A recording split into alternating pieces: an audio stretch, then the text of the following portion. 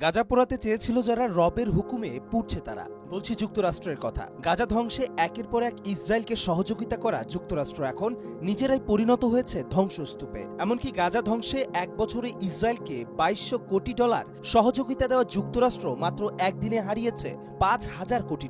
এ যেন প্রকৃতির চরম প্রতিশোধ। আগুনের লেলিহান শিখায় জ্বলছে সবকিছু, চারপাশে সাইরেনের শব্দ, ধোঁয়ার অন্ধকার আকাশে চক্কর দিচ্ছে ফায়ার সার্ভিসের হেলিকপ্টার, ছুটে চলেছে লোকজন, সবার চেহারায় অজানা আতঙ্ক। কোথায় যাবেন জানেন না অনেকে। যুক্তরাষ্ট্রের ক্যালিফোর্নিয়া অঙ্গরাজ্যের লস অ্যাঞ্জেলেস শহরে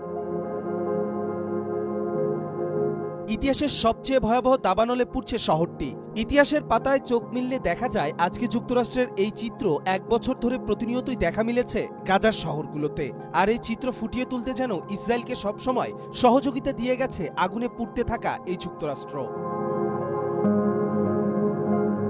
গাজা আগ্রাসন শুরুর পর থেকে গেল এক বছর ইসরায়েলকে $2200 কোটি সামরিক সহায়তা দিয়েছে যুক্তরাষ্ট্র। শুধু তাই নয়, 2024 সালের মাঝামাঝি পর্যন্ত যুক্তরাষ্ট্র থেকে প্রায় 50,000 টন অস্ত্র, গোলাবারুদ, বিস্ফোরক পাঠানো হয়েছে ইসরায়েলে। সেই সাথে ক্ষমতা ছেড়ে যাবার আগে ইসরায়েলকে $800 সহযোগিতার ঘোষণাও দিয়েছে জো বাইডেন। আর এমনই সময় জো বাইডেনের দেশ যুক্তরাষ্ট্র আগুনে দাউ দাউ করে জ্বলছে।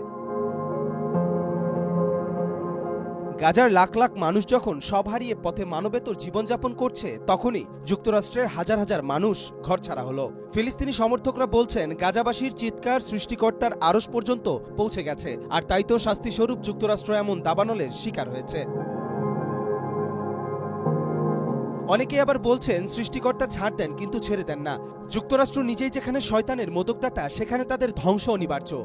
যুগে যুগে যারা অন্যায়ের পক্ষ নেবে তাদেরই পরিণতি যুক্তরাষ্ট্রের মতো এমনই হবে। কবির চৌধুরী, জয়, মাই টিভি।